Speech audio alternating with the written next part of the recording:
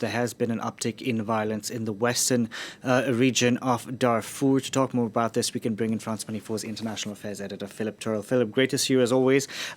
Could we see a repeat situation of what we saw 20 years ago, where 400,000 people were killed in that genocide?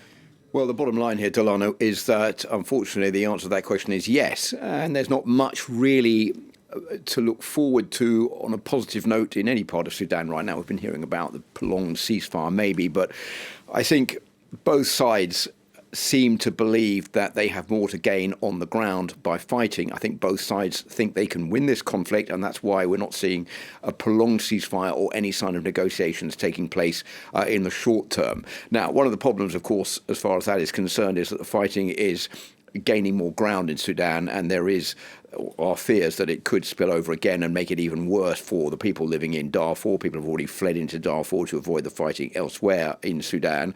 Just a reminder that, as you were saying, 400,000 people were killed in that genocide in Sudan, which started back in 2003 and which ended in 2010. And up to 3 million people were displaced during that period.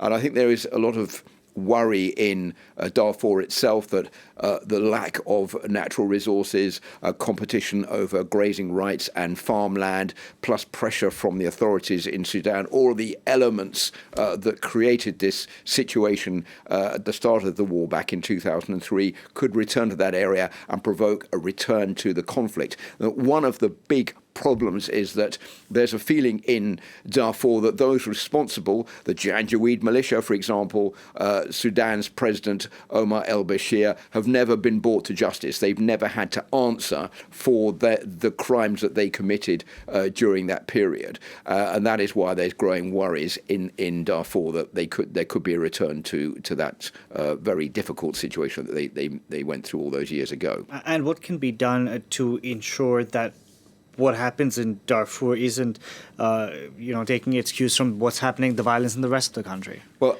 first of all, there has to be very strong international pressure. That international pressure is there. I mean, obviously, we've seen many countries evacuating their nationals and diplomatic staff. That is good on the grounds that it's saving lives of foreigners who get mixed up in the conflict, but it's sending a bad signal to the people in Sudan that they're more or less being abandoned and left to their own sort because they can't get out of the country, and if they try, it can be very difficult. Prices for transport are going up. It's difficult to obtain fuel for vehicles. It's a long way to get from Khartoum, the capital, to Port Sudan to flee by boat. So many people are feeling stuck. So with no diplomatic staff, no foreign support there, they feel even more abandoned. And then it's sending another signal to the warring sides that without the international staff there, without international pressure, they can go ahead and basically do what they like to try to take control of the country.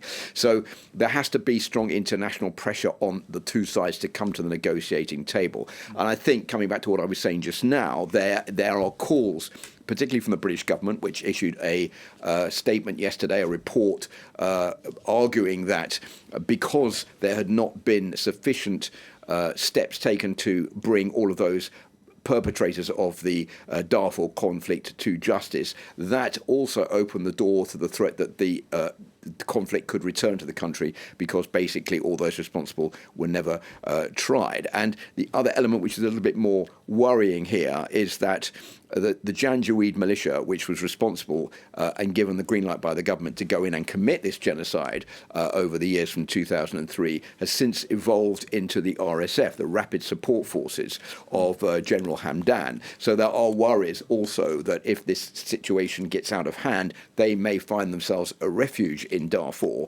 and that's something else which the Darfur authorities are worried about. Just on a more positive note to end with, and that is that I think there is a feeling amongst the leaders in Darfur, particularly regional leaders, that they don't want to go down the road of more conflict, more civil war, more genocide. They've been down that road already. They are really trying hard to stabilise the situation in Darfur province so that there's no threat of more clashes there. But it's a long uphill struggle, and we're not out of the woods yet as far as trying to prevent more conflict in Sudan is concerned. We'll see how the situation evolves, Philip. Thank you very much for that, Philip Tell there.